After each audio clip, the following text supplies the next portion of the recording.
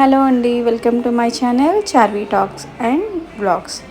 So today special చందువా deep fry చేద్దాము అని చెప్పి. ఈ చేప ఇలానే ఫ్రైలో చేస్తే చాలా బాగుంటుంది. సో దీన్ని నీట్గా క్లీన్ చేసుకొని మధ్యలో నాట్స్ అయితే పెట్టుకోవాలి. సో దానికోసం మనం మసాలా కూడా ప్రిపేర్ చేద్దాము. First ginger garlic paste and 1 tablespoon red chilli powder, turmeric powder, required salt, 1 tablespoon jeera powder, 1 tablespoon dhania powder and 1 tablespoon fish fry masala and 1 tablespoon yogurt or curd and half tablespoon lemon juice. ఇవన్నీ కూడా బాగా mix చేసుకోవాలి, మొత్తం కూడా కలిసేటట్టు.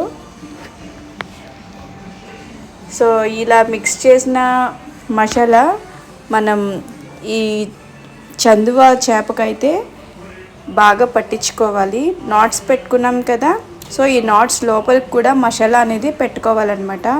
ఈ చందువా నీట్గా clean చేసుకోవాలి. మనం క్లీన్ చేసుకున్న తర్వాత మనం ఇది రిమైనింగ్ ఏ ఫిష్ అయినా హాఫ్గా కట్ చేసుకొని మనం ఫ్రై చేసుకుంటాం. బట్ ఇది ఫిష్ పరంగా అలా తింటే చాలా బాగుంటుంది.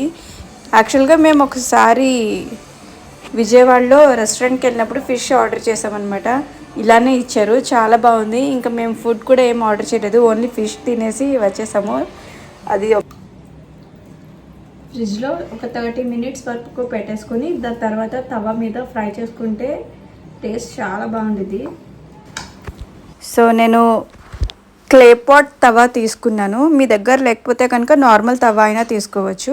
2 tablespoons ఆయిల్ వేసుకొని, సో ఫిష్ రెడీ చేసాం కదా, సో దాన్ని వేయాలన్నమాట డీప్ ఫ్రై చేయడానికి. సో ఈ డీప్ ఫ్రై చేయడానికి నాకు 9 to 10 minutes పడింది వన్ సైడ్. సో టోటల్గా 18 to 19 minutesలో నాకు ఫిష్ ఫ్రై అయితే రెడీ అయిపోయింది. సో ఇందులో సీక్రెట్ ఇంగ్రీడియంట్ ఏంటంటే కర్రీ లీవ్స్ అయితే వేయాలి.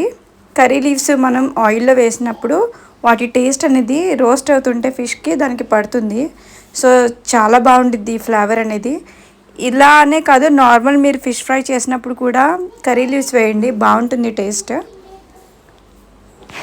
సో నా ఈ ఛానల్ కనుక మీరు ఫస్ట్ టైం విజిట్ చేసినట్టయితే సో ప్లీజ్ తప్పకుండా లైక్ చేసి సబ్స్క్రైబ్ చేసుకోండి నా ఈ ఛానల్ని.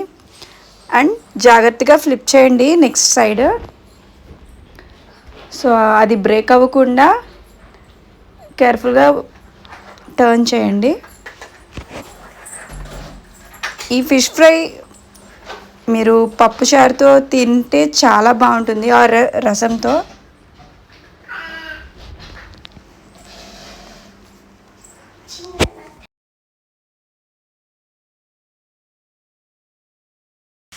సో ఫైనల్గా ఫిష్ ఫ్రై అయితే రెడీ అయిపోయింది. లాస్ట్లో మీరు లెమన్ యాడ్ చేసుకుని అండ్ ఆనియన్స్ కూడా వేసుకొని తింటే చాలా బాగుంటుంది ఫిష్ ఫ్రైలో. Thank you for watching.